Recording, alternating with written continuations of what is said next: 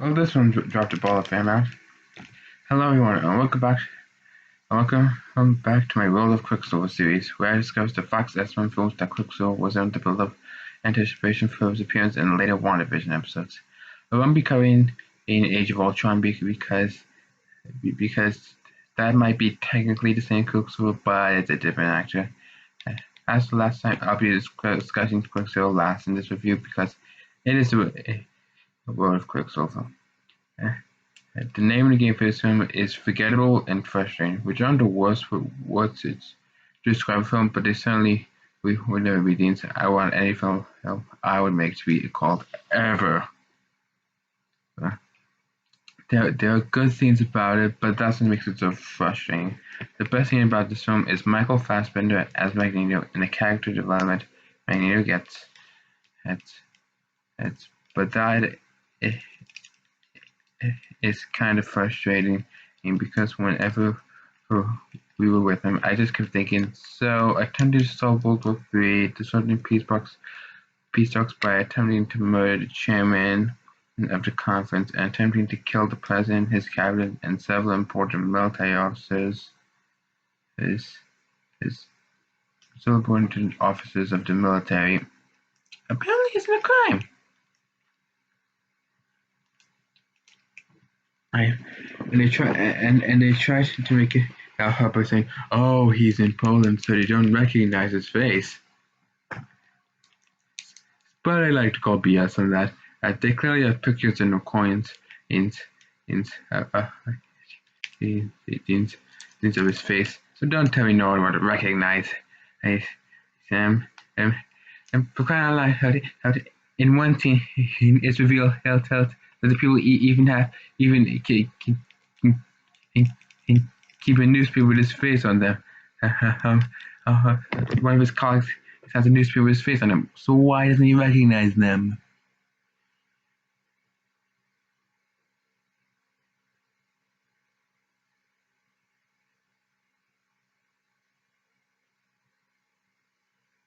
And he doesn't like to disguise himself.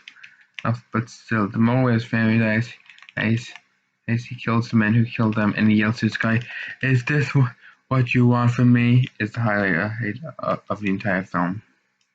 I might also comment that he still doesn't get arrested even after the events of this film, where he kills possibly millions of people. Well, so I guess murder isn't a crime.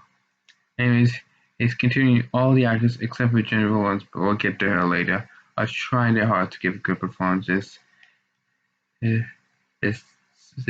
Some of them like Sophie Turner aren't particularly great, especially her American accent, and but doesn't mean because of the script, but because their particular characters could have been better.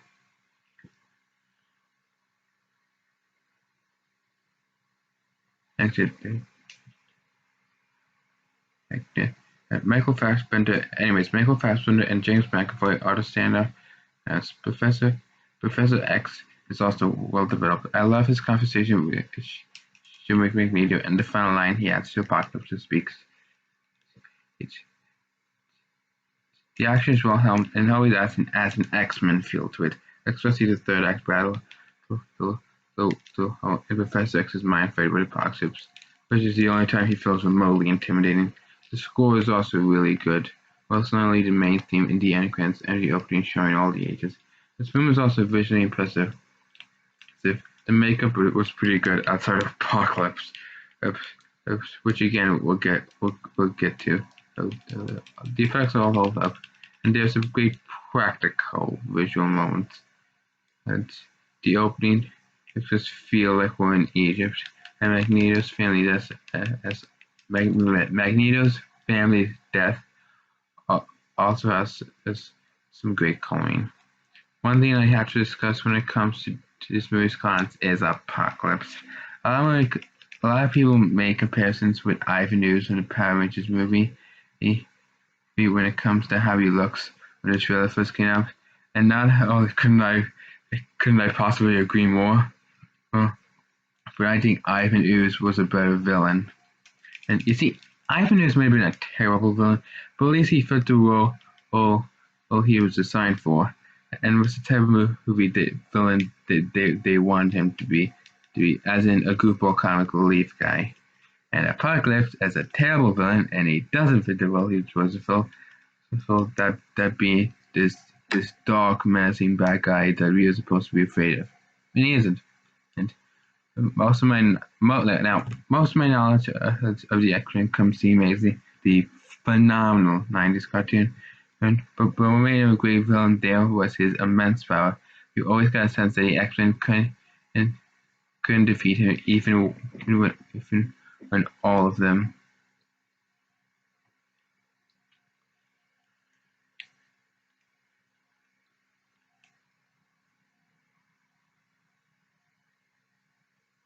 Even when all of them were working together perfectly, his genius minds and his amazing plan that came really close to succeeding, and his amazing design that looked horrifying. This version of Apocalypse has none of that. His powers are unexplained at best. He doesn't look at all intimidating. In fact, when he was first introduced, I genuinely started laughing. Yep, especially at the when he touches the TV and he says, "Learning." That was just so funny.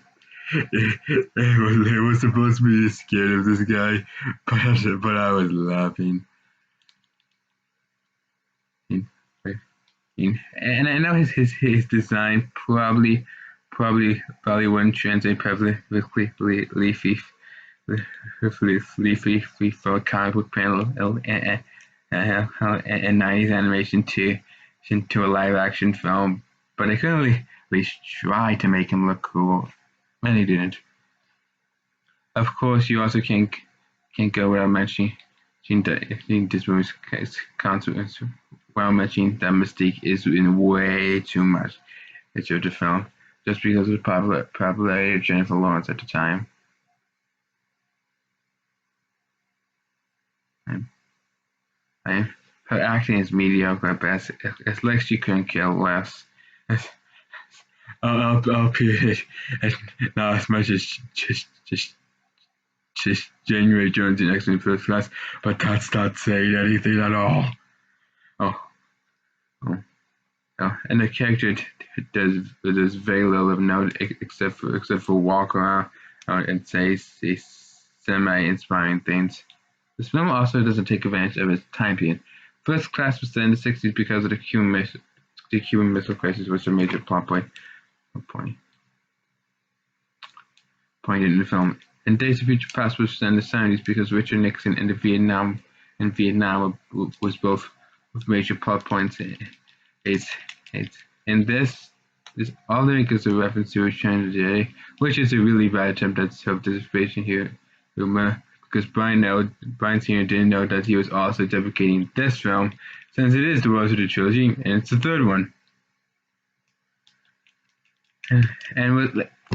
Did Brian Sr. actually think that making a bad joke was enough to set the time period of film? Yes, I know the nukes in the cold war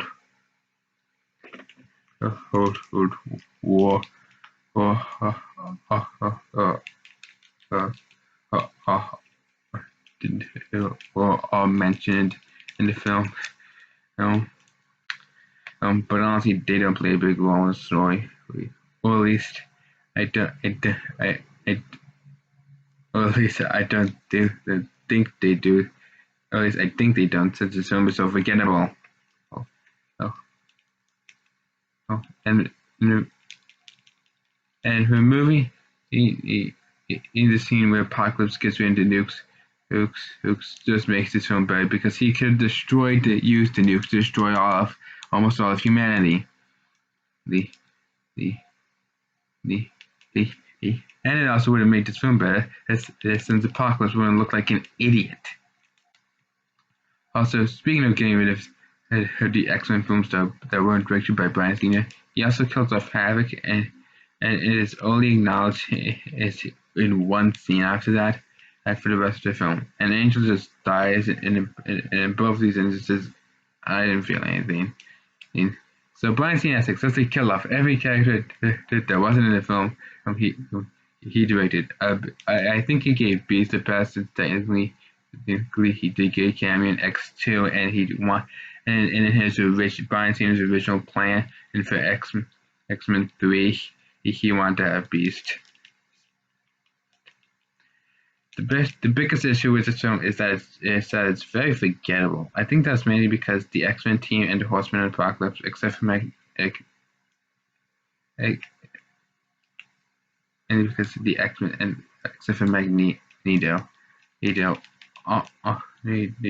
aren't particularly memorable or interesting scenes. So I honestly wasn't invested in this film except for the Magneto bits. Now let's get rid of what I've been waiting for and talk about Quicksilver. I loved him. Um, his character with him learning Magneto was his father was well handled. And if I was in that situation, I'd probably do the same. Yeah. And I love the slow motion scene, scene that he gets in this film. It is even better than the one in Days of Future Past. As as the songs amazing, the effects of the effects are amazing, and the previous face-to versions are just perfect. The only thing I have issue with is that I do have mixed feelings about how he doesn't tell Magneto that he's his son. On one hand, I love how Magneto realized that the X-Men are his family, and on the other, I think it would have been better for Quicksilver's character if he had an arc at the beginning of the film. He didn't have the courage to tell Magneto, and at the end, he did. If it were my decision, I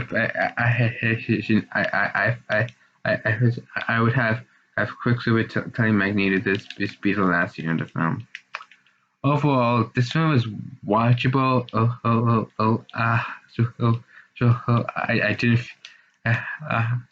I didn't feel like I lost I lost a part of my sanity when I watched it, and if I had to watch it again, I probably wouldn't complain that much, but but it, but honestly, as a film, I wouldn't say it's bad, just subpar.